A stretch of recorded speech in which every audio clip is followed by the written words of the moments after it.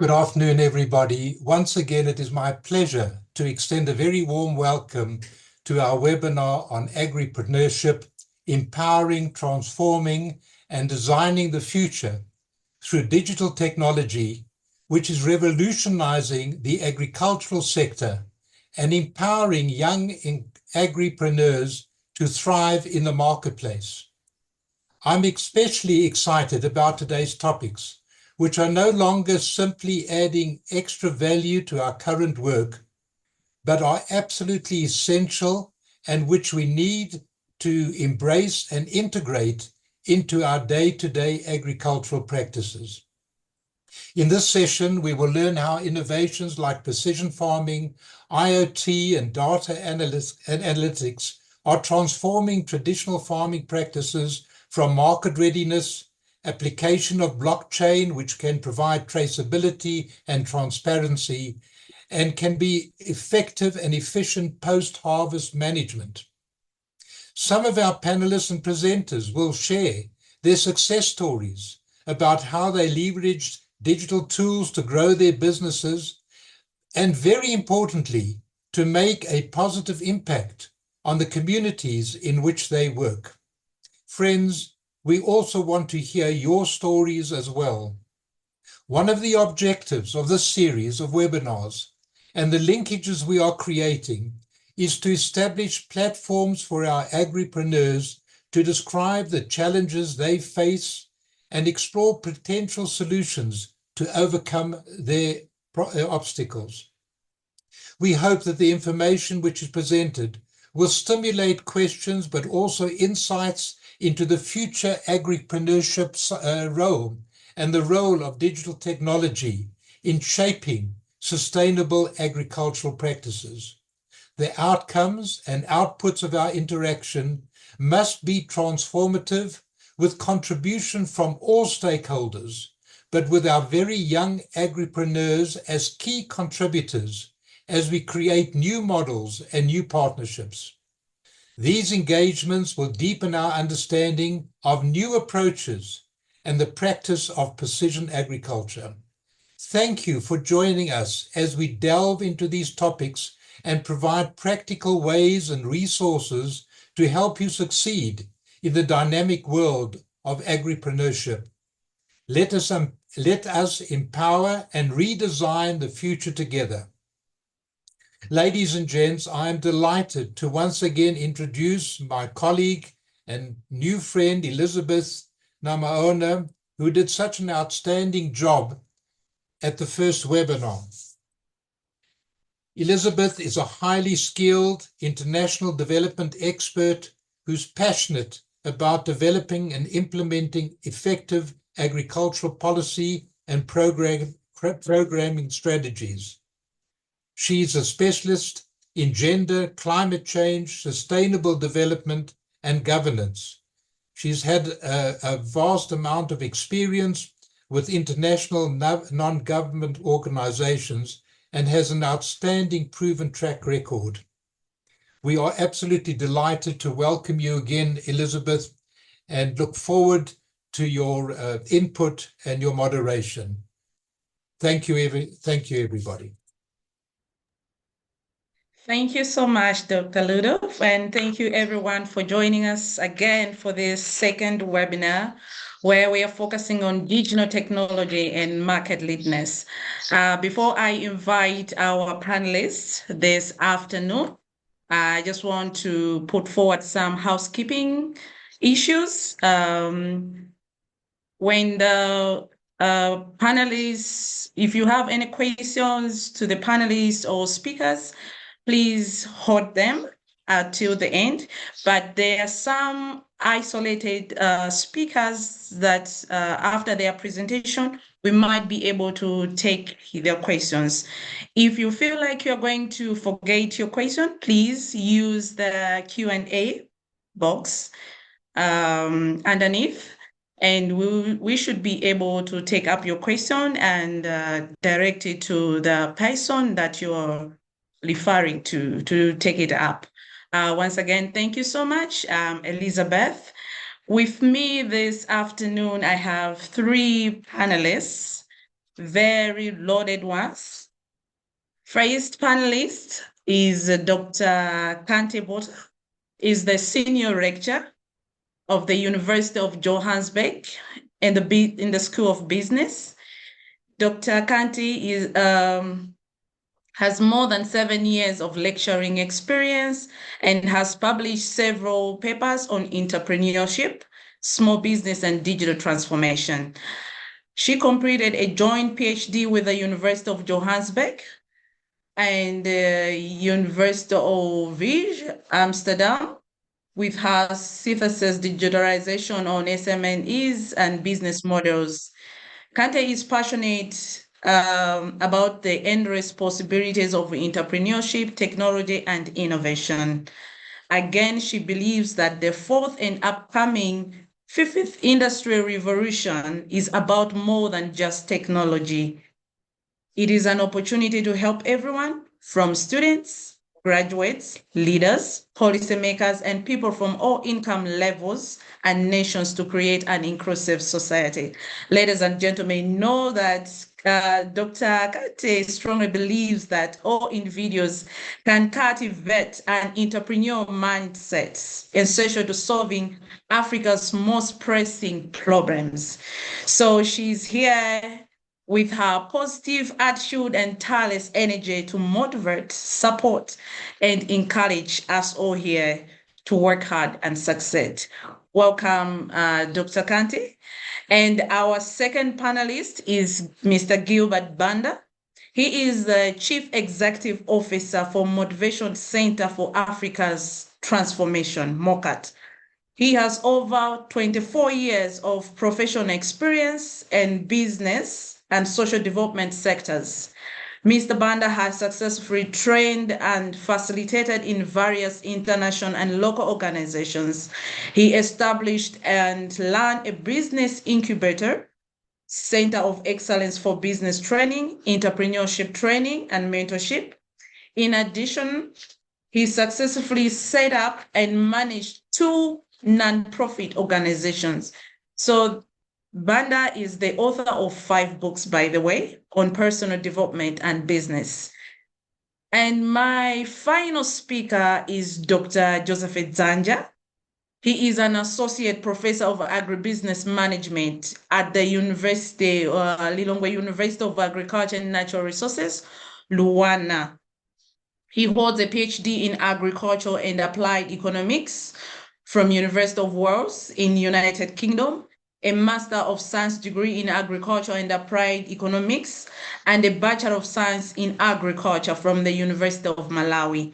He is highly experienced agribusiness expert with over 20 years experience in commodity value chain development and analysis, agriculture marketing and development program design, evaluation with national and international organizations in Malawi, Zimbabwe, Lesotho, Eswatini, and the UK. Furthermore, he has worked with a number of organizations, including the government of Malawi under the Ministry of Responsible for Agriculture, Local Government, and Trade. He also worked with IFAD, World Bank, EU, FAO, AGRA, IFPRI, and Land O'Lakes, just to mention a few. What I'm trying to say is Dr. Dzanja is well-learned and currently serving as the Dean of the Faculty of Development Studies at Luana, and his research interests are in the areas of agriculture commodity value chains, development, entrepreneurship, agriculture commodity markets, development of small and medium enterprise, and producer organizations. So our participants this afternoon, we have these 3 panelists, Dr. Dzanja, Mr. Gilbert Banda, and Dr. Kante. Welcome. So let me start with Dr. Dzanja. We would like to know what are the critical factors influencing market readiness for agricultural innovations in Africa, and how can governments, non-government organizations, and private sector stakeholders collaborate to create an enabling environment for technology adoption and scalability? Thank you. Over to you, Dr. Zanja. Thank you, Yeah, Elizabeth. thank you. Sorry. Can I go? Okay, I think it's Dr. Kante who is supposed to start. I guess so. Yeah, Yes. it's okay. Dr. Kante, please proceed. Thank you. Thank you so much. Thank you, Elizabeth, and thank you for that introduction as well. I'm just going to share my screen. It's always nice to have a look at some slides. I like visuals. Then we can have a look at that. So there we go. I'm sure you can see my screen. So as Elizabeth said, I'm Dr. Shante Buerta, and I'm really honored to be here, very excited. So I'm really going to answer the question more from I want to say, a strategic planning point of view. Obviously, business entrepreneurship is my passion, and I think strategy is really important in terms of preparing for market readiness. So in light of that, I mean, if we had to define market readiness, ultimately, to put it very simple, is to successfully get your products to the market. But it's also more than that. It's about having the knowledge, the resources to make sure that your product is successfully entered in the market. And, why does it matter? So without customers, you're obviously not going to have a successful business, but it's more than understanding what is the consumer trends at the moment, technology, which we're going to hear a lot about today as well, and also the market demand. So to understand that, to be able to position yourself in the market. So I've got a few factors, and as I said, I mean, there's multiple factors, but I really wanted to look at it from a strategic planning point of view. So the first one is to understand your current market, trends and consumer demand. Then look at your product development, your marketing strategy, pricing, distribution, and supply chain. So just to briefly go through it. So if you look at your current market trends, so what are the consumer trends? And as we go through it, I kind of want you also to reflect where you are currently at, or what your future plans are. What could possibly be consumer trends, or maybe sustainable farming, organic and fresh produce. What technology can you adopt? And I'm not going to go in that detail because I know we're going to hear from the experts in that field in particular. And look at the climate impact. We know that climate change, and obviously it plays a very big role in this industry in particular. There's also demand for eco-friendly products, resilient practices. So how does that impact? So just to get a really broad overview of what the market wants and where the market are currently at. And then one of the most important questions is, who is my customer? And I always make a joke and say, you cannot tell me that everyone is your customer, because it's physically impossible. Even though everyone might eat, just very simply put, fruit and vegetables, not everyone can be your customer. So you need to know from the get-go who is the customer.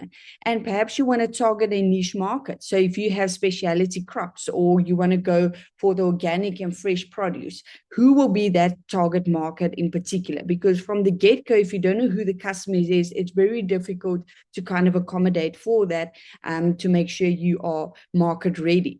And then when you know who the customer is, what do the customer want? Because ultimately we're here to serve the needs of the customer. And how can I address that need? By doing that, we do market research. You need to study your customer. You really need to know who this person is as an individual and what their needs are.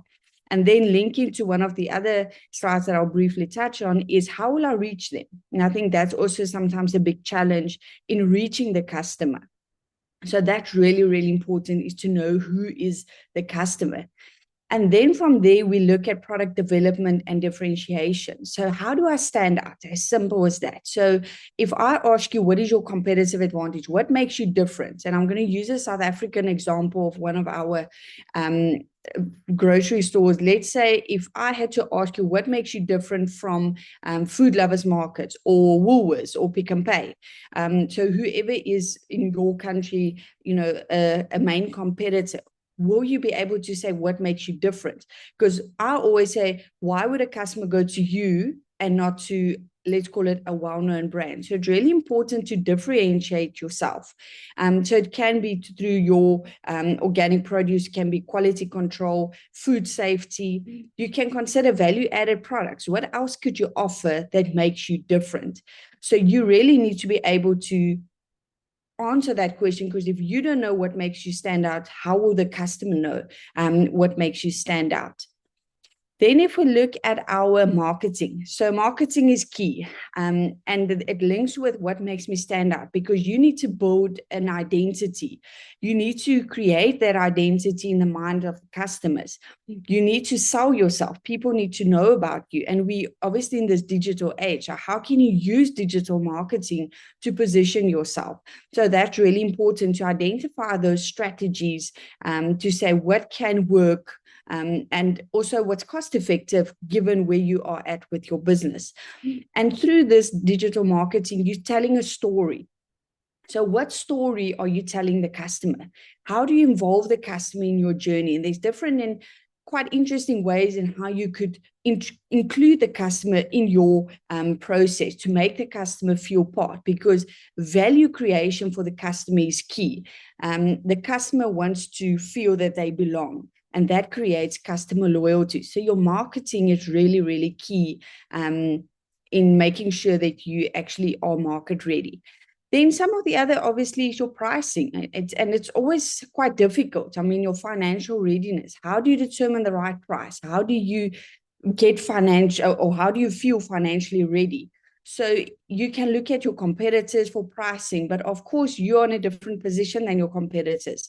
So budgeting is key. See, what does it cost, to manufacture, or not manufacture in this instant, but to produce? What is it, your labeling, your packaging, your distribution? What does it cost you, per unit? And then you need your risk management, insurance. I mean, the climate is a big risk for this particular industry. And then how do we access finances? So what is available? So having the knowledge to see what there is as financing options, and I'll briefly touch on it at the end. Then your distribution and supply chain, and I think it's quite difficult for a lot of our entrepreneurs in general, but also the agripreneurs, is, how do you reach the end customer? So if the end customer is your local store or a restaurant, or if it's the end consumer such as me going to buy my fruit and veg, doesn't matter. How do I reach that customer? Do I have appropriate warehousing? Do I have the transport? In a lot of African countries, we also look at infrastructure. That's a challenge. So how do we perhaps build partnerships? So if we have retailers, local stores, maybe let's just simply put the middleman. How do we identify and build those partners?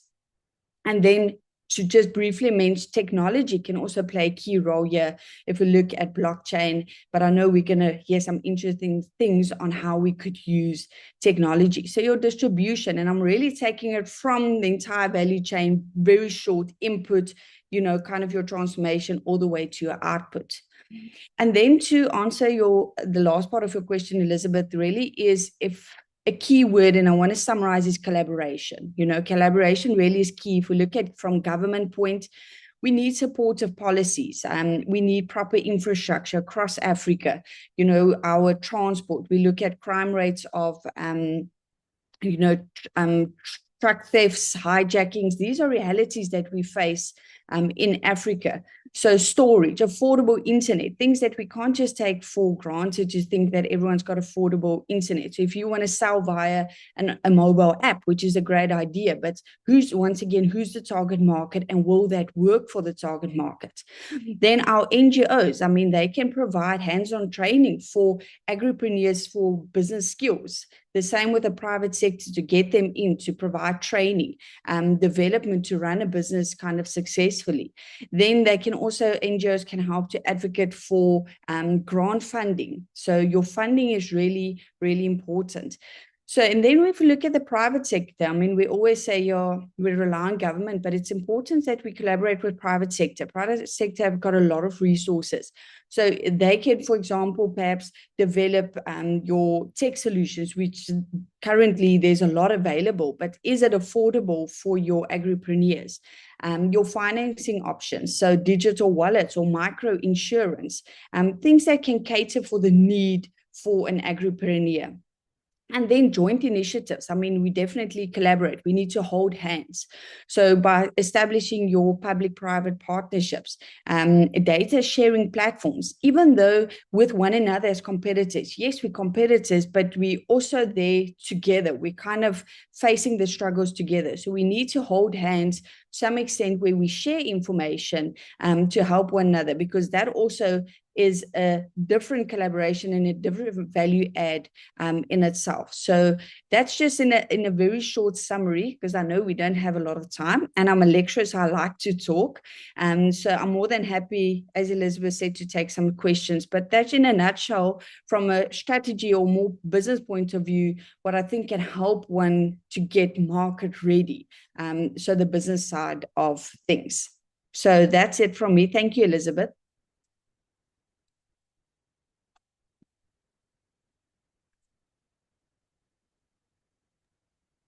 Thank you so much, Dr. Kante.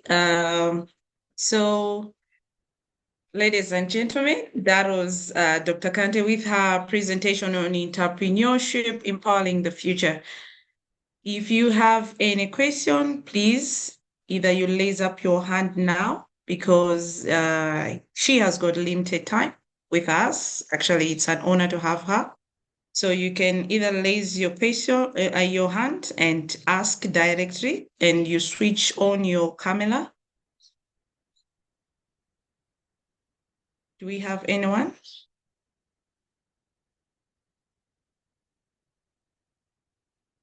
Okay. Maybe it will still come as we go through Yes, it. Susan, you have raised your hand. Is it?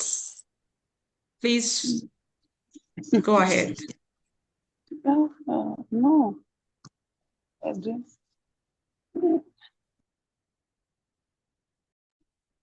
It's a problem of my phone. I don't have any questions. Right. Thank you so much. Thank you. Thank you, Dr. Kanti. Can I have Dr. Zanja with your presentation, please?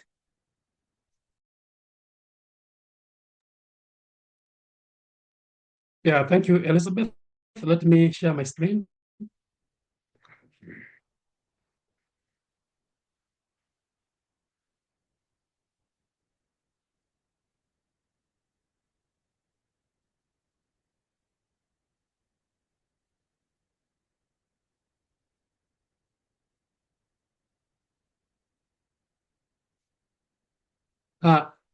Can I confirm it? Can someone confirm? Are you able to see my screen? Yes, Doc, we can see your screen. Please proceed. Well, it's a privilege to interact with you all this afternoon in this second webinar. I am tasked to actually talk about the critical factors influencing market readiness in agricultural innovations in Africa, and especially also how key stakeholders can create an enabling environment for technology adoption and scalability. So my presentation will be, I will try to be as brief as I can so that we can spend more time discussing. Well, the importance of agricultural innovations cannot be overemphasized. This is now the craze on the ground. We need to innovate in order to actually develop the agricultural sectors. The general drive at the moment in literature as well as in policy circles is the development is to make sure that we have to increase productivity, we have to increase sustainability, and even to address the climate challenges that we have in the nation. But this requires innovative technologies for that to be effective. It is therefore very crucial, especially for Africa, to ensure that innovations in agriculture are not only developed, but also market ready and accessible and impactful. So this therefore does underscore the importance of linking agricultural innovations to market readiness. So market readiness requires a supportive ecosystem. It requires a lot of things. We need to have the necessary infrastructure. We need to ensure that the finance is readily available to the stakeholders along the various commodity value chains, and also the policy to be enabling enough so that everything is aligned to the needs of particular localities. Like here in Malawi, or here in Africa. So without this, even the most advanced innovations may end up just being shelved, or they would remain out of reach of those that need those innovations. So that is why there are so many smallholder farmers across Africa who do not even understand where they can sell their commodities, but they have the capacity to produce. So market readiness for agricultural innovations in Africa is influenced by several critical factors. And these are the factors that I'm going to dwell on. And each factor shapes how effective innovations and practices are adopted and scaled up. So these factors are a number. I'll quickly go through them. In my opinion, we need infrastructure and access to markets. Infrastructure is key. And in most of the developed countries, there is poor road network, limited transport to distribute the commodities, both input and outputs. They are not readily available nowadays because of the fact that transportation is not good enough. And therefore, the producers do not have access to the market because the roads to reach them are not good enough. But there is this drive across Africa, including Malawi here, about the agricultural commercialization. We even have some flagship projects that are driving the commercialization agenda for the agricultural sector. One of them is AGRICOM, the Agricultural Commercialization Project in Malawi, which is trying to sort out, to clear out these problems. One of the components is to implement what they call last mile infrastructure developments.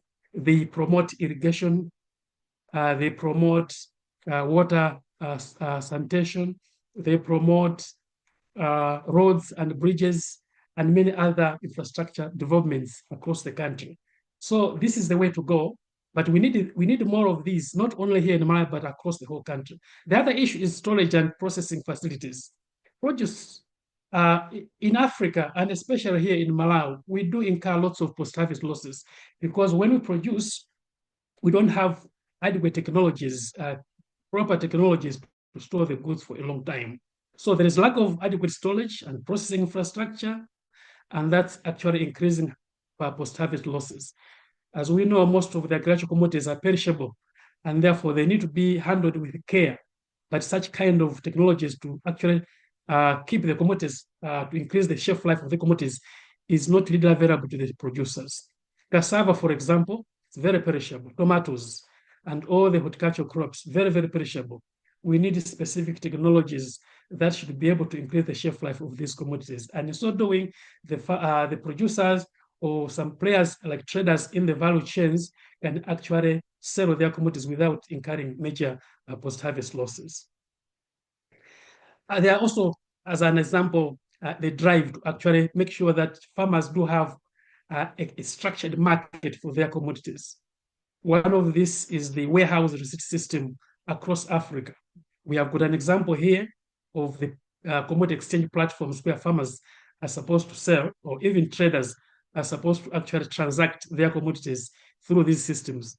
Unfortunately, there are some hurdles. Some farmers do not even know that these platforms exist. And even those producer organizations that know are not patronizing these platforms. And therefore, the structured system of the agricultural marketing in Malawi is not working very well at the moment because of lack of patronage in the actual platforms. It therefore means that there is need for us to do something to actually increase the appeal among the stakeholders of these systems that are spreading across Africa. In Uganda, it's the same thing. They also have a very good warehouse system with robust legal systems, but still the patronage is still low. I'm not sure about the other countries around the world, but so far we are not doing quite well in this area. But if we were to do well in this area, it would also reduce these post-harvest losses, and farmers would be selling their commodities and earn even more money. Then there is digital connectivity. It's part of the infrastructure development. We need tangible infrastructure, such as stable internet connectivity, bandwidth, wide mobile network coverage, secure server access, electricity connectivity. All these are needed in order for the marketing system to perform well, because that will be critical for increasing the usability of the hardware, software required by additional human capital development. Now we have got a challenge also in this area. we don't have adequate technocrats, technical people that have got expertise in ICT to develop these technologies. And then even on the producer side, many of them do not have access to these technologies because they can't afford them. So it's one thing that needs to be looked into as well. In terms of, as an example for irrigation, according to AGRA 2019, they had these statistics. In Africa, 6% of land is equipped for irrigation. But in sub-Saharan Africa, it's 3.5% that is equipped for irrigation. It means the rest cannot actually irrigate. Latin America is 14%, while the Asian region is 37%. Malawi here, 7% of the land has potential for irrigation, but only 25% of the potential is developed. This means that in terms of irrigation infrastructure, here in Malawi, in Africa, we are not doing quite well, but the potential to do so is massive. So we have to find ways of actually taking advantage of the available irrigable land and equip it in order to increase production for the market. And then there is financing. Finance, like money, is the lifeblood of any business, including entrepreneurship. We need money. And many smallholder farmers do not have adequate access. But if they have to access certain technologies, they need that kind of access. If they have to buy irrigation equipment, for example, they need money. They may need to actually negotiate for loans from the financial institutions. But it's only a very small proportion that is actually able to actually effectively negotiate and access these technologies, or at least they're able to buy for themselves. So that is an issue that also needs to be looked at. And then the policy and regulatory environment. Well, policies are important because they guide the development agenda, including the agriculture sector. So government support and incentives are very important. We have got areas where subsidy programs are being implemented. Of course, there's the issue of sustainability, but at least to kind of start to stimulate the agriculture sector, such policies can be considered. And in some cases, there have been grants that have been given in order to actually improve the adoption of these new technologies. Well, such kind of initiatives or interventions are also needed. But there are also some barriers, regulatory barriers. And then the issues of intellectual property protection also. All these issues need to be taken into account in order to motivate the stakeholders embrace their technology development activities. But policy is important because it needs to stimulate these kind of processes. Then there is what others have already mentioned before, the climate and environmental factors. Climate change is an issue that we cannot run away from. We just have to actually know how to deal with it. So climatic conditions such as drought and predictable rainfall make traditional agricultural methods challenging. Very, very difficult indeed. Now we have to identify ways of being climate resilient in our innovations. And across the country, across the world, there are these technologies, climate smart agriculture technologies that are being promoted. The question is, what proportion of the farming community are actually applying these technologies? And then there is the cultural and social acceptance. We also know that our smallholder farmers, the producer organizations, they are embedded in different social cultural networks. And most of these farmers have been according to their culture for many, many years. Now, when we introduce new technologies, some of them tend to stick to what they have known over the decades, over the many years. Now, to motivate them to embrace new technologies in order to improve their productivity as well as their market access, it has proved to be quite difficult. So, for example, climate smart agriculture practices remain low, like here in Malawi. Adoption of conservation agriculture is only at 1 to 2% of cultivatable land, and that is too low. And about 4% of cultivated land is under irrigation. Now, that is very, very difficult because people still stick to what they know. Now we have to motivate them to get out of that kind of zone in order for them to see the light of new technologies. And then there is the issues of community and peer influence. That's why it is important for the communities to be in groups, to work together in order for them to learn from each other. That's an issue of social capital. And then the involvement of gender and youth in order for them to be included in the technological advancements of this world. And then there is economic viability and market demand.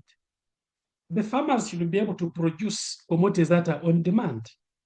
If you don't respond to the market demand, then you end up producing goods that are not marketable. And that has been a very big problem here in Africa, where farmers have produced lots and lots of potatoes, but they don't know where to sell them. There was a year that sweet potatoes were produced in large in Malawi, but farmers didn't know where to sell them. And these are perishable. So we end up having lots of post-harvest losses and even financial losses among the farmers. So we need to make sure that all these farmers, producers, and all the key players along the commodity value chains are properly linked together, maybe through contract farming, in order that the farmers should produce in response to the market demand. And then there is partnerships and stakeholder involvement, very, very important. The government cannot do it all, but we need public-private partnerships. And this can work well if we speak in the same language, understanding that we can work together, the government can work together with the private sector, including organizations, civil society organizations, in order to develop these two new technologies and to make them available to those that need them.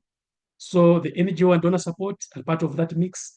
Local research and adaptation, research institutions are part of that mix of stakeholders that should be actively involved.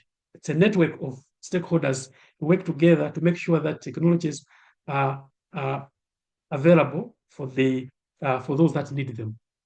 Now, the other part of the discussion is to do with the enabling environment.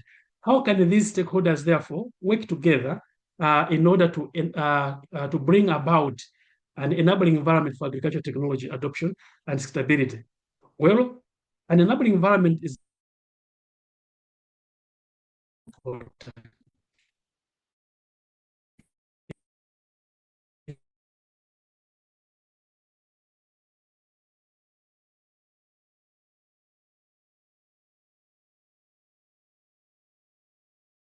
It involves addressing all these barriers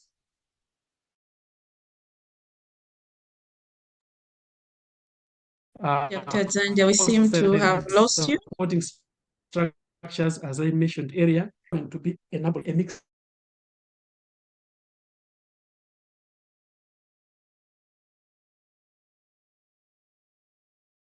Let me. Please lap up in a minute. Again. Your last slide, please. Yeah. Yes, indeed. Yes, I was here. So we need to make sure that infrastructure is available, finance is available, and also extension services, they're available, supporting policies and regulations, and we also embrace the issues of climate change and to make sure that these are addressed. And the cultural systems must be understood, and so that we can have adequate strategies to deal with the barriers that are there. And these between the production and the end market should also be enforced. And the research is part of that mix. And then the innovations that we develop should also be farmer-centered. And then we have to bring about partnerships or public-private partnerships. All these issues together should be able to create a good enabling environment for the development of agricultural technologies and to make sure that these technologies reach those that need them. Thank you very much. Thank you. That's how I end this discussion. Thank you. Thank you so much, Dr. Zanja. Thank you. Thank you for such an insightful presentation. As people will be dropping down their questions to Dr. Zanja, I just want to take a few more for Dr. Kante before she leaves. So, Dr. Kante, there are a few questions for you. The first one is if you can explain how blockchain can be used in assisting agripreneurs, and is there any examples of product differentiation of agricultural products, those that have worked elsewhere, that can be used as a point of learning, and how to conduct a thorough market research for our products? Thank you. Over to you. Thank you, Elizabeth, and thank you for that question. Sure, blockchain is always interesting. We all talk about it, and thank you for that. So it's really, if we look at blockchain, you can use it for several different aspects. So for example, especially in tracking your products. So if you think of your supply chain, the entire supply chain process, you could use blockchain where in each and every step, from the planting to harvesting, all the way through, you can track that process and then learn from the data. So what worked, what didn't work, what temperature was the best. And obviously, I'm not a farmer and an expert in terms of the soil and all of that, but just to give you a brief example. So if you think, for example, let's take a coffee plant, right? So if you want to show customers, because transparency is also key, a lot of customers are demanding that, to say, have it been ethically sourced. You can use blockchain to kind of show that to the customer. And I want to use this as an example to answer the next question also as product differentiation. So you can, for example, as a group of farmers, or just you as an individual, can track the entire supply chain process. So from, as I said, from the planting to the harvesting, the processing, transportation, all of that can be tracked on this digital ledger or the blockchain per se. And then when the customer buys the coffee, you can then make yourself stand out a bit, create a QR code, you can stick it onto the label and say, learn more about how I was sourced. And I'm saying I as the coffee. You can include the customer by learning. And I think especially agriculture, it's not something for me personally. I mean, I go to the shop, I buy it. I don't really know everything that goes into it. So you can also educate the customer. You can learn the customer about certain products. So the other day I had a lecture on also marketing. So you can, for example, on your social media pages did you know that tomatoes is good for A, B, and C? Or did you know that we suddenly have, which I never knew, a yellow watermelon? I don't know if any of you did, but Woolworths has got a yellow watermelon. So things that the everyday customer wouldn't know, but it also depends who your customer is. And you can use blockchain to do that. But you can also then just use it for your own growth and improvement in terms of the harvesting or the planting process. So that entire supply chain, that's where you could use blockchain. And obviously it's a very short, but I hope that example gives a bit of insight. And then, I spoke a bit about the differentiation, but also, products that are unique. So at the Center of Ecological Intelligence at UJ, University of Johannesburg, I learned of, red spinach. So something that's not necessarily you get in the stores. So maybe you have that specialty crop, as I've previously mentioned, and that could be a way to differentiate yourself. What perhaps value add? You can maybe add recipes to say, if you use this is a health recipe for a smoothie, to put it simple. So you really need to try to resonate with your customer and make it as easy for the customer as possible, because we live in a digital age. We live in a fast-paced world. People want convenience. Customers want convenience. So what could you do to add to that convenience? So your washed spinach is much more convenient than unwashed spinach, where the customer first have to wash it. Small things can really make a difference. And then in terms of your market research, so, first of all, you really need to know what is it that you want to know. So what is your objectives? And then you need to set questions. So you either need to decide on, how are you going to do it? Are you going to maybe have interviews? Are you going to send out a survey, which we know people don't always like to participate? But you really need to say, okay, but what do I want to know from my customer? Because that's most important. And then get it out in the market. So it's no use, and I always say, to ask your family and friends. Yes, that's good to ask them, but you need honest and I want to say critical feedback from the market. You could, for example, launch a test product and ask people to try it out and give you feedback on that. So, there's very detailed steps that you could follow, but it ultimately comes down to what is it that you want to know, and then what method will work. Do you want interviews, really feedback, have a discussion with someone, or is it just a general questionnaire? Send it out, and from there you analyze it, because that's market insight. I always say, and I feel like I'm using Woolworths as a lot as an example, but they're really innovative in what they do. So I don't know, for those in South Africa in particular, they have what we call a Friday food fight on Instagram. So they're quite clever in what they do. So let's say it's upcoming Christmas, they would have, what is the best main meal for Christmas? Is it turkey, or is it lamb, or is it chicken, or what is the best one? And then you vote which one is the best pudding. And that's market insight. We as customers play it as a game, but they're clever. They see what is it that people like best, and that informs their strategic and decision making. So there's different, and I want to say clever ways in how you can approach that. So I hope that kind of answered your question. Thank you, Elizabeth. Thank you so much, Dr. Kanti. I think with time, let me just take one question from Faith Musa. This question is going to Dr. Zanja. He's saying, you have shared on market demand and the risk of produce perishing if there is overproduction. Is it not possible for related strategic stakeholders to focus on processing and value addition to enhance production? Over to you, Dr. Zanja. Thank you, Elizabeth, and thank you, Faith, for asking the question.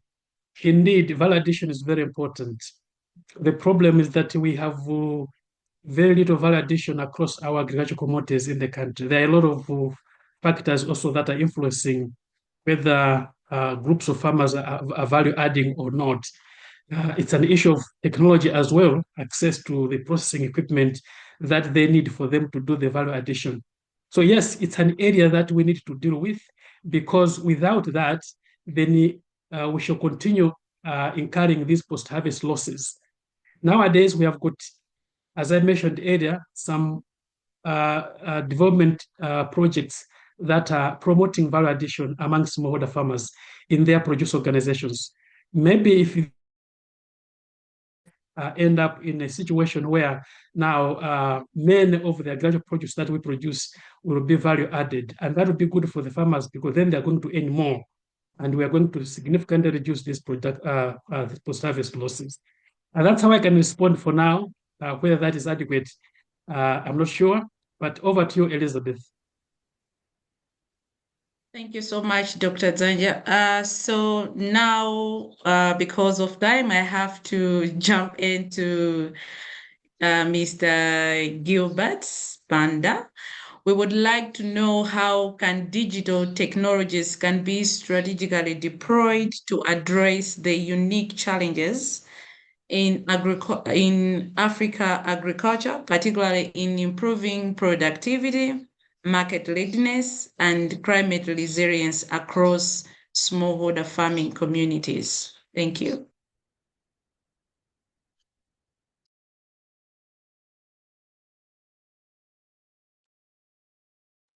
Gilbert? Okay, it says I cannot start video. Maybe the admin can enable the video. That's okay, you can proceed.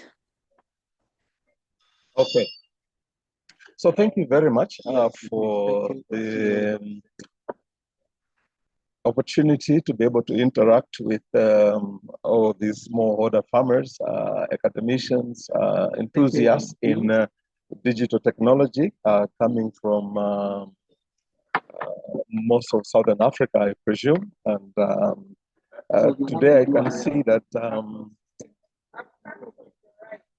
that we have quite a number of people who have joined in the discussion point today. Right now we're almost 160. So the question you asked me is really about digital technology and digital technology in terms of its role in working with smallholder farmers. I don't want to really take more into that realm, but to look at what is it that the average smallholder farmer would be able to use, and how can we strategically be able to focus to deal with those issues. First and foremost, I think we need to make an assessment. Assessment in terms of what sort of infrastructure exists for smallholder farmers, what sort of capabilities are there, and what are the gaps, what are the areas. Because the previous two speakers have endeavored to really emphasize the importance of this digital technology. And for us, I think it's in terms of now trying to see how do we create a strategy in terms of ensuring that, whether you are a small producer, whether you're an SME, whether you are a smallholder farmer, you are able to at least utilize digital technology. We're able to embrace digital technology. I think one of the challenges we have in Africa is that I think we are always seem to be laggard. We're always laying behind in terms of embracing change, embracing these technologies that are coming. So for us to be up to speed in terms of having a strategy and helping these farmers do this, I think the different players, the different stakeholders need to make sure that they create that sort of enabling environment. And creating this enabling environment, I think it requires investment into these technologies. And investment into these technologies may not be, for a lot of people, be the ideal thing because of the cost of the technology. But you can be able to also leverage by either cloud computing. Now there's a lot of artificial intelligence and so forth. My son is studying in China, and he every day, because he's studying computer engineering and technology there, he's been there for the last 8 years, and he's mastered issues around technology. So every time we're having discussions around the digital platform, the digital space, he's always challenging me about how we can be able to strategically use these technologies in our business back home here, but also to be able to help the farmers that we serve as MOCAT. So for this to happen, we need to have clear objectives for whether they are SMEs or you as an individual who wants to embrace these technologies. How do you align the strategy on your digital in terms of your business goal, what you want to achieve, especially in the agricultural value chain? Are you wanting to participate in this integration, or do you want to participate in these key performance indicators? So we need to be able to establish all these to be able to bring about the total transformation. But for this to happen, we need a mindset shift. We need change management. We need to be able to be clear in terms of what is our vision and what is the benefit of this digital transformation, why we're embracing it. And I think it has been clearly outlined in terms of how we shall be able to benefit, whether in terms of access to markets, whether it's in terms of ensuring that people have access to how to be paid in terms of that access to markets. So that requires change management in the way we do things. We need to be able to at least embrace that these things are possible, and if these things are possible, we ought to, as entrepreneurs or as smallholder farmers, be able to begin to see what do we need to do.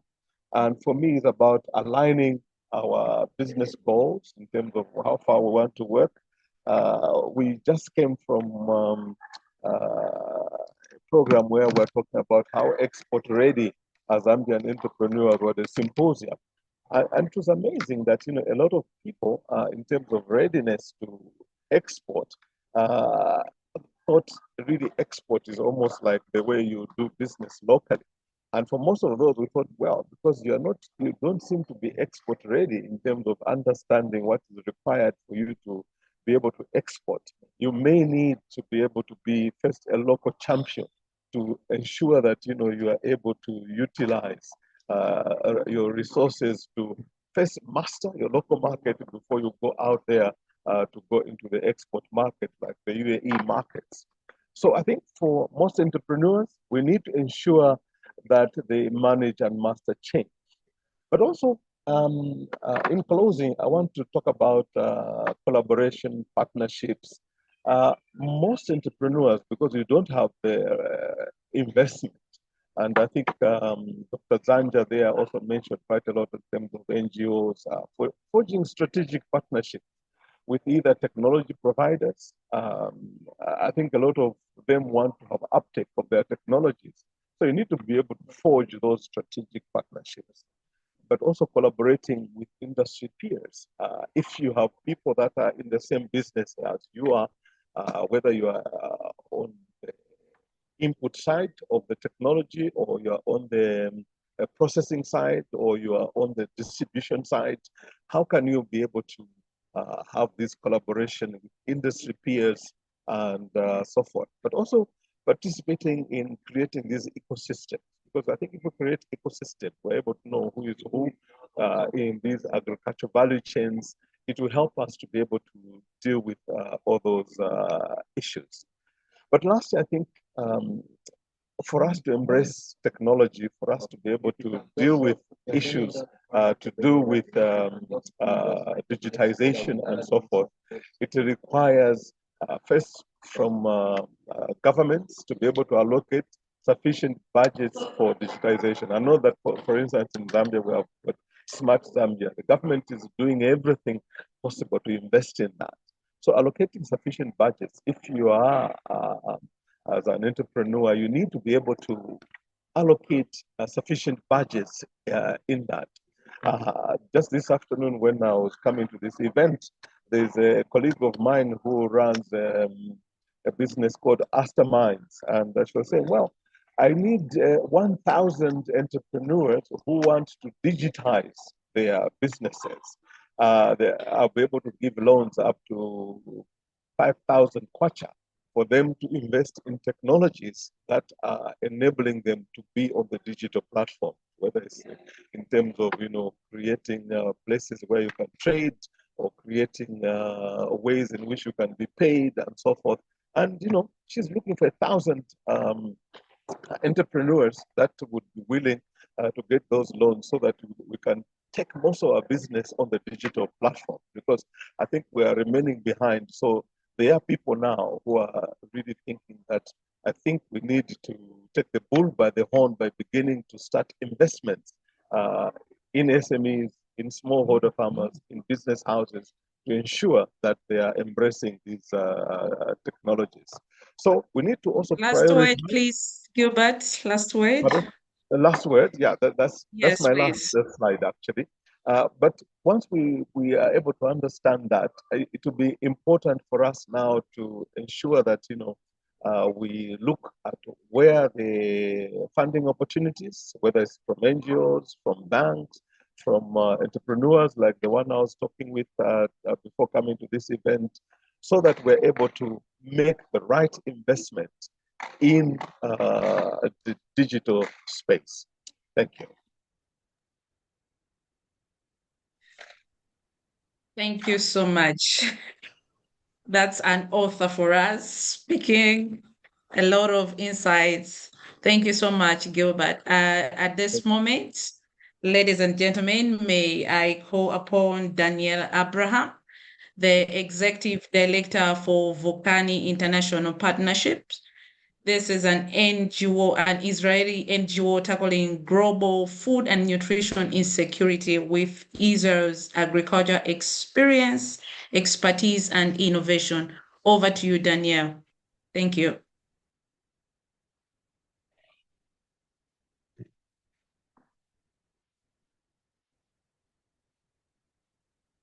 Can you hear your audio, please? Yep, now I'm going to do it without being on mute. Hello, everybody. It's lovely to be here. I'm really grateful for the invitation. I hope you'll bear with me. I'm going to whiz through everything. And if we don't have time for questions, I would welcome them all in writing and I'll answer afterwards. So what I want to do today is just give you a high-level look at some very key insights from Israel's agricultural miracle that you might be able to take when thinking about digital technologies and market readiness. So let's start at the beginning. I want to do two things. I want to provide Israel's story as the context for you, and then look at key drivers of what enabled Israel to succeed, and to make you think, could any of those apply to us? And if we don't have access to them, what should we be doing, or what could we be doing, and who is responsible for that? So starting at the beginning, I don't know if anyone has visited Israel or knows anything about Israel, but whatever you hear about the agriculture, Israel is a stupid place to do agriculture, okay? Israel is a tiny country. It's 2/3 desert. Here we are. This is what agriculture looked like over 100 years ago. There was swampy areas that had to be drained and the rest was desert. Farming was very, very backwards. It looked something like this. 2/3 desert, so the soil is of poor quality. There's obviously very little water. I have a map here of Lilongwe, Malawi as well to show you the comparison. And critically, the export markets were really far afield because Israel is situated in a difficult neighborhood, so it was not exporting to its neighbors. So Israel is a stupid and difficult place to do agriculture. However, in a very short period of time, Israel realized a complete agricultural transformation. You can see the comparison just between these two pictures here. So it went from farming that looked like this to farming that looked like this, full of agri-tech innovation, profitable farmers, huge export markets. And the question is, how did Israel do that? And what did it look like? I'll whiz through this, but these are some of the examples of achievements. You know, the farmers were driven to maximize the yields to a crazy extent. Tomato yields, citrus yields. Israel is a leader in post-harvest handling. The average of loss of grain worldwide is 20%. Some places in sub-Saharan Africa, I know, can get up to 40 or even 50%. And the grains are infected with aflatoxin. In Israel, it's 0.1%. And of course, Israel has the famous dairy cow producing 13,000 liters per cow versus the average in Europe, for example, of 6,000. And all of these achievements were driven because the farmers were thinking like business people. We also managed to make the desert bloom because we have 2/3 desert here. So if you can't do the agriculture in the desert, then you're not going to make any money as a farmer. We're growing a lot of the vegetables and fruit from Israel is grown in the desert. Also fish farms in the desert, olive groves, vineyards, everything you can imagine. These are some of the incredible scenes as you drive down through the desert. You see the greenery coming up. And the last thing I'll say about the Israel context is that there was a crazy transformation in terms of production efficiency, specifically in agriculture, which is this orange line, versus all of the other industries here.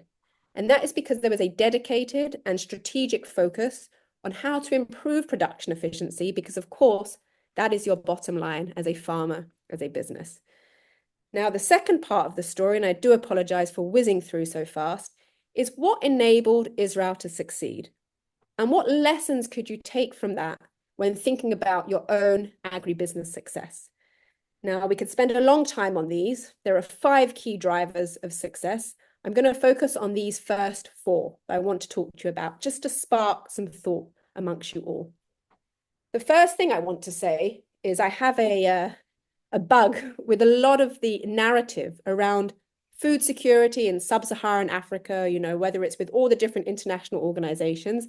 Everyone is focused on food security. Many times, everyone is looking at staple food crops, which is why I have here a picture, you know, of staple food crops. And in Israel, the mantra was not food security. The mantra was Toyota security. Yes, Toyota security, the car. The thinking was that if you can farm and make enough money to buy a Toyota, then you're not food insecure.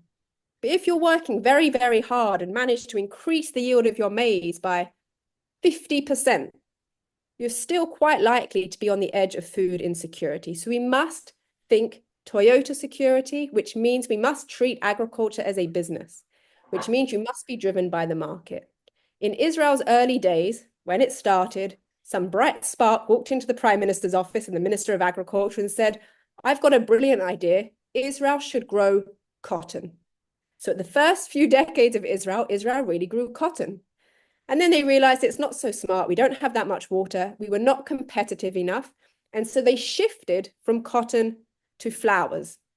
And that was doing very well until the Netherlands entered the market and they couldn't grow flowers anymore and compete. So they shifted again to fruit tree crops. And I tell you that because the farmers in Israel were always focused on the market because they were driven by Toyota security. This is a fantastic quote from Tzvi Alon, one of the big agricultural leaders here in Israel. It is essential to focus on where you have a market and where you can make money. If you don't have money, you can't do anything. So I encourage us all to throw out this concept of food security and refocus on Toyota security. The second key lesson is sometimes, I don't know if you know anything about Israel, the early days, Israeli agriculture, people will think of the kibbutz. It was the communal cooperative where everyone shared everything from their farming equipment, really until their clothes and underwear. So the lesson here is you don't need this communal socialist approach. You could also have different kinds of approaches, but the lesson from Israel is that farmer organization is key.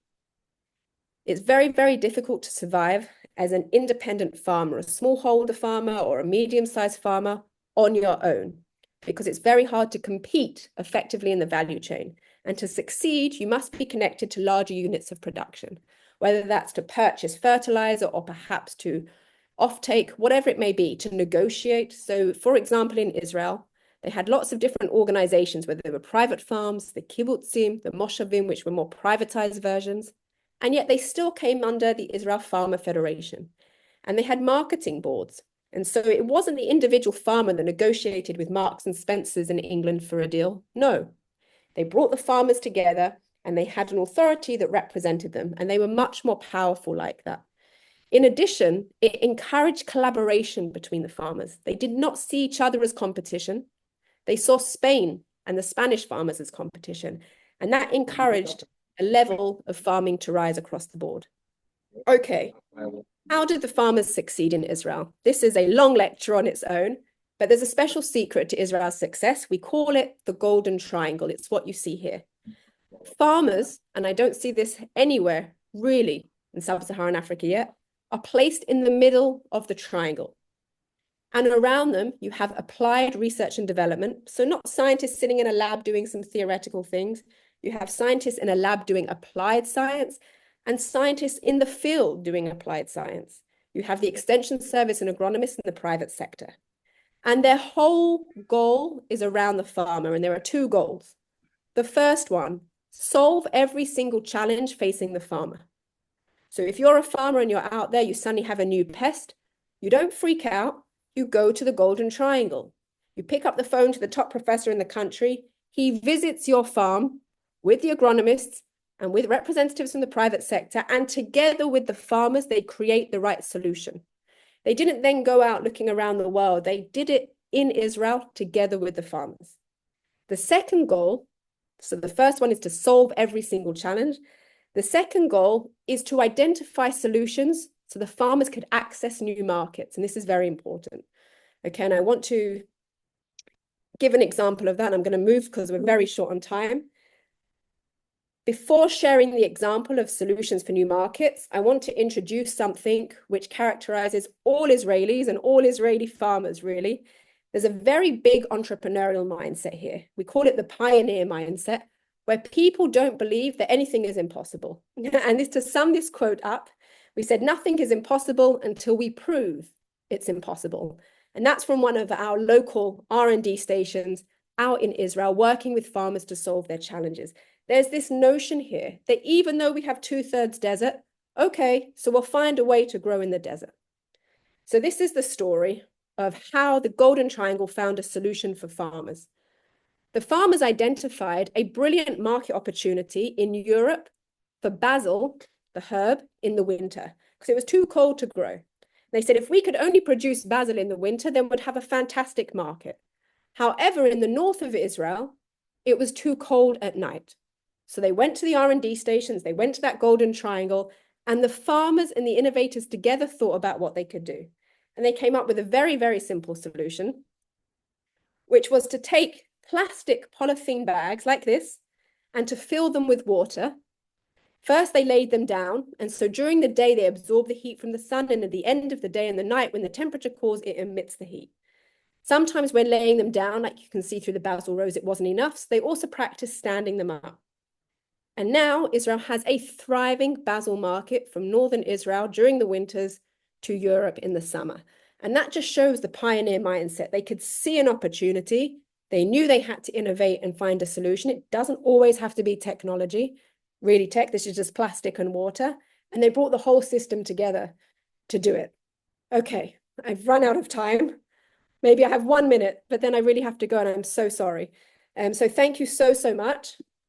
I don't know if there was any questions that you want me to try and take right now, or I can receive them in writing and answer like that too.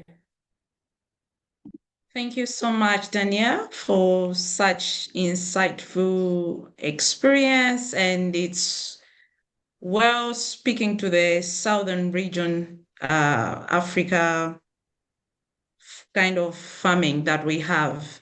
And I think if there are any questions, since we have a WhatsApp group, which we are encouraging every participant here in the webinar to join in, at some point, my colleague Chifuniro will put the link. So any question will be put in there and Daniela will be able to take that up in writing. At this moment, ladies and gentlemen, may I invite Jamin Sangarakula, the Region Director for Partners Worldwide. He is responsible for creation of inclusive banking models with formal banking sector and microfinance institutions. And he's going to make a presentation on the same. Over to you, Jamin. Thank you. Thank you. Good morning, good afternoon, everyone. I'm trying to share my screen, but I'm having some technical difficulty. If you give me a moment here. I'm not sure what is happening. Michelle, are you able to share Jamin's presentation from your end?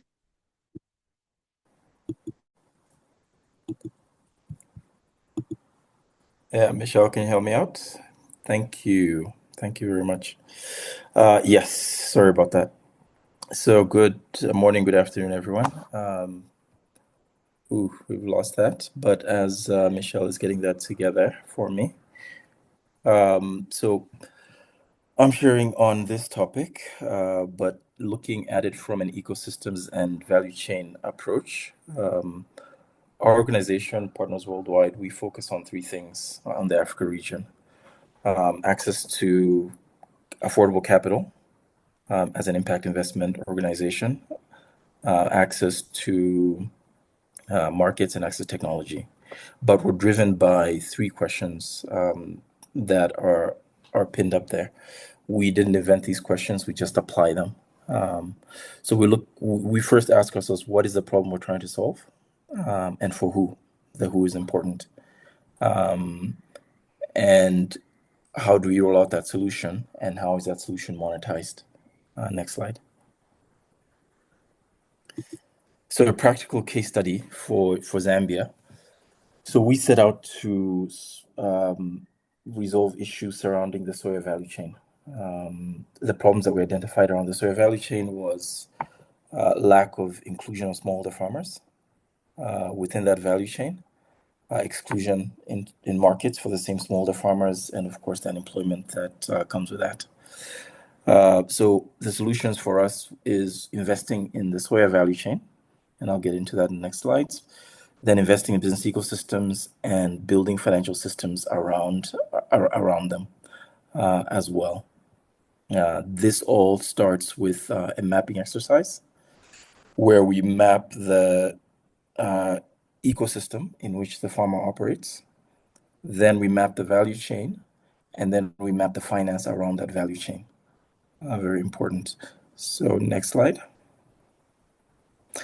So for the soya value chain, the farmer is at the center of it. We recognize that the farmer can't succeed without being linked to other industry players within that ecosystem. So there we have a seed company. Good Nature is a seed company that we work with. Then we've invested in post-harvest management, warehousing and storage, built the capacity associations where the farmers are linked. Then we have relationships with the markets within the country as well as the region and globally. So we map out the ecosystem around the farmer for farmer success. Next slide. So one of the things that needs to be understood is the value chain in which you operate to inform the digitization strategy for that value chain. It's a very intimate exercise, internally focused, but affects your entire business process. A lot of you have seen this document, but every organization, every business within the soya value chain, we have to look at the specific issues that surround it. If you go to the next slide. So within the soya value chain, you have your input suppliers, you have the smallholder farmers, you have your processors, then there is marketing and trade, and then the retail and consumption around that value chain. So this is an important exercise that now informs you where and what to digitize through this process. Next slide. So I will focus, there are 6 of these. I'll focus on these 4 first. Market information and platforms, e-commerce, blockchain, and financial services to smallholder farmers. Next slide, please. Then digital tools for post-harvest management, and then strengthen value chains. I won't really focus on those too much, depending on the time. Next slide. So information systems, there are a lot of inefficiencies around markets, around the soya value chain. Farmers don't know pricing ahead of time. They're in a very precarious position because they have to grow and guess if they're not linked to a value chain or an ecosystem. With that, they lack bargaining power. They're very vulnerable. What usually happens is at the end of every season, soya is a 3-month crop, 1 month to harvest. By the time the farmer is harvesting, the farmer doesn't have a lot of resources, so the brokers come in and they try to buy at the lowest price possible, just because the farmer doesn't have resources and there's an information gap that the farmer experiences between the farmer and the market. But with platforms, information systems, the farmer can make better decisions on buying, selling, and storage. So buying seed and inputs, when to sell, when not to sell, and storing their commodity for such a time as when the price actually benefits the farmer more. Next slide, please. E-commerce platforms like Moja remove the brokerage system. One of the things that we realized when we sat down with the feed industry, the poultry industry within our network, they were relying on brokers to source their products, and they didn't have any relationship with the actual farmers themselves, the farmers that actually produce or the seed company that interfaces with the farmers. And the only person making real money from the soybeans was the actual broker. So with digital platforms, that removes some of that brokerage system, and it broadens the access to markets for the smallholder farmers. We have relationships that span globally and regionally within Africa. So there are companies that we can link associations and smallholder farmers through partnerships to global markets, to SADC markets, to African trade areas, and to ECOWAS, overall to improve the farmer's bottom line. Next slide, please. So what we are doing now is linking to organic markets. And what is important with these markets is the traceability, where from the inputs, from the seed to the inputs, to tracing the entire product from production to market. And with blockchain technology allows for organic certification through audits, because they first audit the technology, then they audit the process in which the technology is supporting and the farmers behind that system. So we are running trials on organic soybeans for export market to the US through Canada, to the organic egg producers. So that requires investment in blockchain technology through partnerships. So what that is doing as well, because there's traceability, because there's a track, then microinsurance companies are more willing to come in and provide microinsurance for the smallholder farmers. A couple of years ago, tried to have a discussion with traditional insurance companies. They wouldn't even touch smallholder insurance, let alone crop insurance. But with data, with technology, then they're more willing to actually invest in smallholder farmer microinsurance because it's now a data-driven event and not a guessing game. Next slide, please. Digital financial services. Again, I had a discussion with banks, and they're very risk averse in terms of lending smallholder farmers for different reasons. One, the risk factor to agriculture, but two, there isn't a lot of data around smallholder farmers. It's easier to deal with one commercial farmer on 2,000 hectares than 1,000 farmers on 1,000 hectares. So with technology, it does make it easier for the banks to consolidate loans to farmers because there is data. There is a KYC process around the farmer. It is easier for them to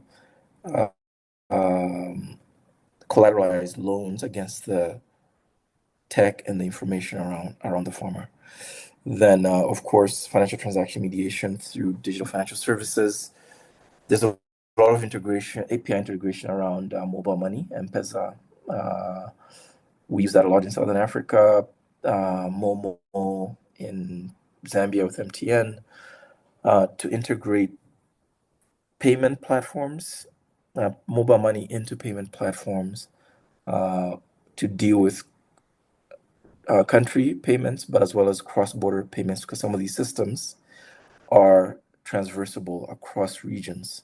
Like M-Pesa, I can use my M-Pesa for Kenya to pay somebody in Uganda or another country that has M-Pesa within the East Africa region.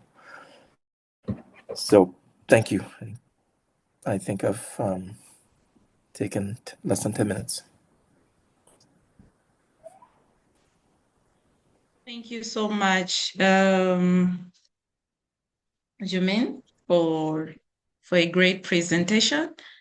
Please, people, keep on dropping your questions in the Q&A. At this moment, let me introduce Dr. Stephen from Moja. Stephen, over to you.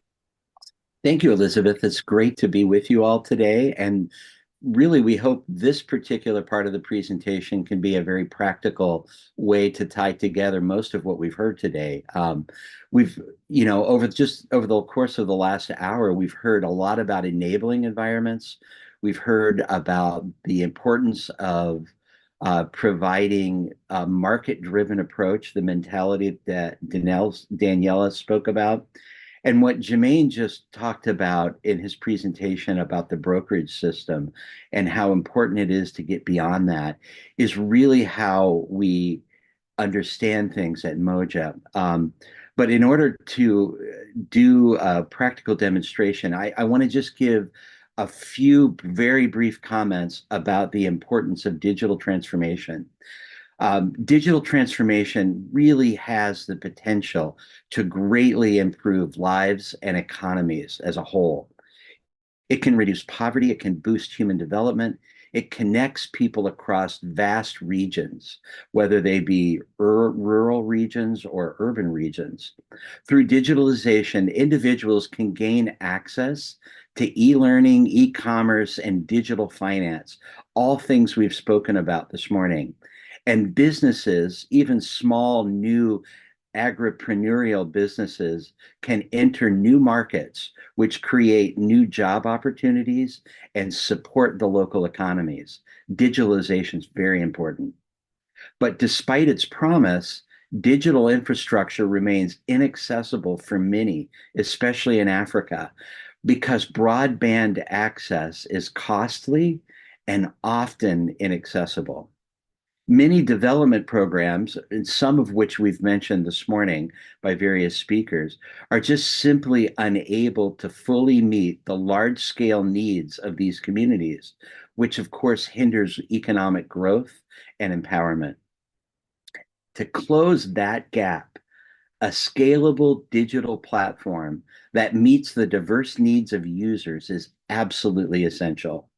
Such a platform can enable users to move from that traditional cash-based face-to-face business model to now a digital scalable one that works both locally and has applications globally.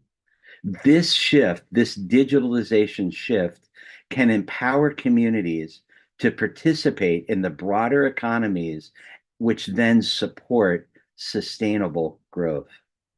The Moja app is actually designed to meet this need. As a digital transformation enabler, Moja provides users with the tools to connect, learn, and grow their businesses. Through its ecosystem, Moja enables individuals, farmers, and small business owners to gain financial inclusion, improve productivity, and build stronger, more resilient communities. So with these prefacing comments, let's jump into a demonstration of the Moja app. Let's do this app tour. Welcome to Moja. This app tour will briefly showcase the three main functions of Moja: Moja Connect, Moja Marketplace, and Moja Academy. Once you log in or register, you will be welcomed to our home screen, which is where we're at now. The screen allows you to quickly select one of Moja's three main features or one of many other features soon to be added to our platform. Before we dive into the specific app functions, let's talk for a minute about how the buyer and seller profiles are managed. On Moja, you can have a personal user profile and, as a business owner, up to 2 independent storefront profiles, all with just one login. It's easy to switch between profiles, and this is especially helpful for business owners to keep a boundary between their personal purchases and their business dealings. You set up your storefront in the same way as your buyer profile. As a seller, you can see your storefront sales and orders, as well as additional features that help you manage your product inventory. Here are 3 products in the demo store. You can easily add more items, edit product descriptions, pricing and terms of delivery, add photos, or multiple product variations, or simply choose whether you want to allow for negotiations on the order, or remove or delete your product from inventory if you are out of stock or no longer sell it. With Moja, as a storefront owner, you can manage your business with a few simple taps. Now, let's jump over to Moja Academy. We think Moja Academy can fill a gap in extension services, which we've spoken a little bit about in this webinar and spoke a lot about in our previous webinar, by providing easily refreshable, context-specific agronomic training and information directly to farmers in the field. Most extension programs are limited by a physical classroom or one-to-one extension officer to farmer interaction in the field. But research suggests that less than 1% of smallholder farmers can take advantage of this traditional type of extension training. So Moja Academy is for farmers, agripreneurs, entrepreneurs, and job seekers. Here you can learn how to use the Moja app, start a business, or become a climate smart farmer. New categories and new courses are added all the time. So let's look real quick at some of the business courses. In the new business ideas course, you will find over 60 business ideas that require little or no funds to start. Or if you're a new job seeker or entrepreneur and want to learn how to present yourself, Business Spark will help you do that. You can also learn how to develop your business, fund your business, and market your business.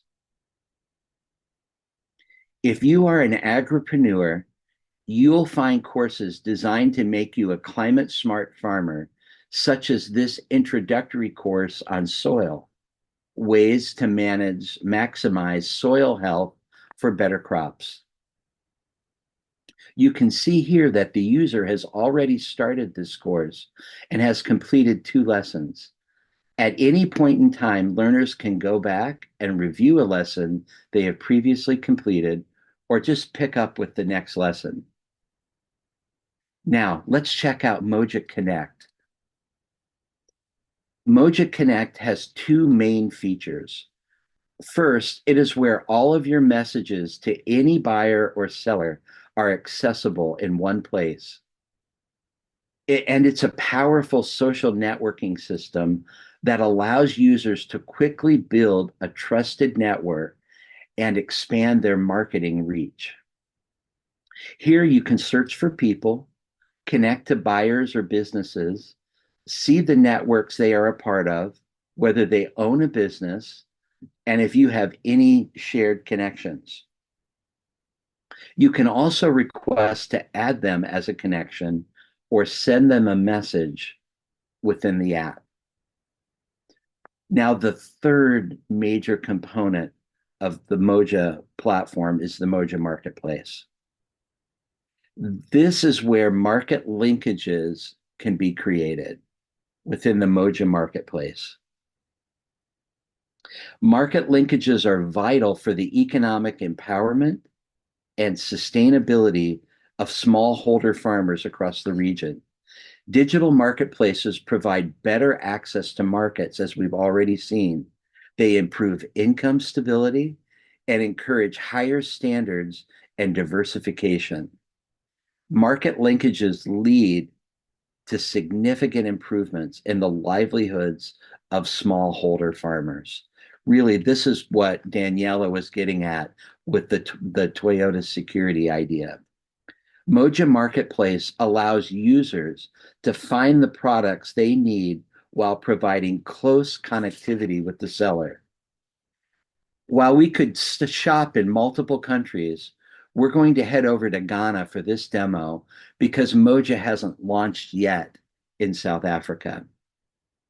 We can shop by category or type what we are looking for in search. You can see our powerful search feature allowing you to find people, items, or storefronts that include your search text. We have also accounted for potential misspellings by making our search a bit more elastic. If we look at the items that have the word rice in them, we can see a long list of potential options. Because I'm searching from a different country, the price is reflected in both currencies, both in dollars and in Ghanaian cedis. Our search results include both rice that you can cook yourself, as well as tasty jollof rice dishes offered by our Moja verified seller, Baffy's Eatery. Let's choose Copa rice. You can see the price listed, the product description, or whether the product can be negotiated. You can also message the seller right from here if you have questions about the item and see any reviews that are available on the product. You can also meet the owner and see all of the items in their store. Ghana Rice Hub is the marketing arm of a large value chain for smallholder rice farmers in the Volta region of Ghana. Now we are going to show you what the purchase process is like using the Moja Swag store created just for demonstration purposes. Let's choose this t-shirt. Again, you can manage the seller, you can message the seller, see more information about the item, and see who actually owns the store. Notice this product has 3 reviews. Reviews are only allowed by the buyer after the purchase is completed. So let's add the t-shirt to our cart. We could tap continue shopping at this point, but for now, let's begin the checkout process. We will choose to pick up the order and then tap review the order. The final step would be to pay for the order. What happens from this point is dependent on what country you're in and how you're purchasing the products. Now, before ending, let's return briefly to the landing page. As you can see, Moja will soon be adding microloans and agri-insurance capabilities as key components of its ecosystem. Just from the discussion this morning, we've learned that these are absolutely critical pieces of and tools that farmers need in order to be successful. They provide the capital and security to improve productivity, build capacity, manage risk, and ultimately enhance resilience. And they contribute to broader economic development and food security. Moja will also soon be enhancing its entire platform with state-of-the-art AI capabilities that optimize and expand platform functionalities. One example of that enhanced AI capability will be the translation of Moja Academy courses into vernacular languages. Intelligent use of AI in agriculture promises to revolutionize agricultural productivity, reduce post-harvest loss, train practitioners more effectively, and turn subsistence farming into thriving agribusiness. With Moja's three-legged approach, agripreneurs and entrepreneurs can access much-needed business, climate-smart agriculture training, create market linkages, digitize value chains, and access capital to grow their businesses, all in one place. This is Moja. If you want the link to the Moja app demonstration video, which is a little different than the one that we've just gone through, which was a live demo, please reach out to the webinar host and we will be happy to send that link.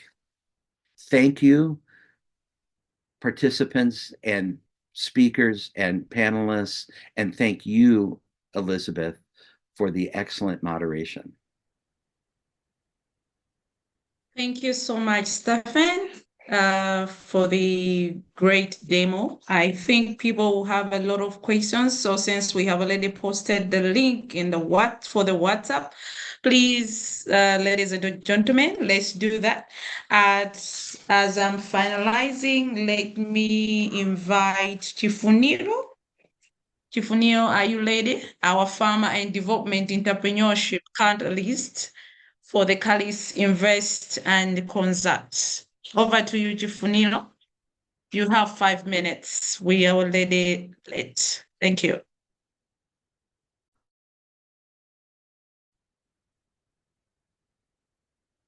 Hi, everyone. Elizabeth, can you hear me? Yes, we can. Hello, Go Elizabeth. ahead, Chifuniro. Okay, wonderful. Yes, sure. I'll not take a lot of time, knowing that we don't have much time. All I want to say is that thank you, everyone, for participating, and our panelists and speakers. Excellent presentation. Next steps, we'll have another webinar on the 21st of November. And I would like to encourage you to invite everyone to be part of it. And our focus will be on access to finance, agri-financing. So we'll have experts from different financial institutions across Southern Africa and at very international level who share insights on how, as agripreneurs, we can access finance. Number two, I've seen that there are a lot of questions that we have not been able to address. I would like to encourage everyone to join our WhatsApp group. The link is on the chat. Please let everyone be part of that, and we'll be able to respond to most of the questions. Otherwise, thank you so much. Over to you, Elizabeth.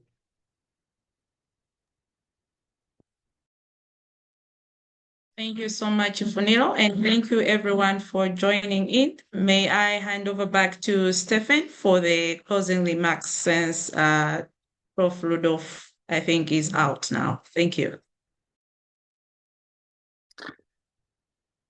Once again, thank you everyone for joining us today. We are grateful for the opportunity to bring all of these excellent speakers together around this topic of agricultural market readiness that is of critical importance. So we welcome your involvement with us, this consortium of speakers and organizations, and we want to know what you think about this. We ask when you receive the post-webinar survey that you please fill that out. In places where you're asked for comments, please feel free to write to us. We will read each and every one of these and take to heart what you have said, because our goal is to refine these webinars. We plan to do 6 of them. This is the second, and to make them of maximal usefulness and utility to smallholder farmers and the organizations that support them. So again, we welcome your comments. Thank you for your time today, and we wish you blessings on your day, your weekend, and your work. Thank you very much. Back to you, Elizabeth. Thank you, everyone. Bye. See you in the next webinar. And please don't forget to join in the WhatsApp group using the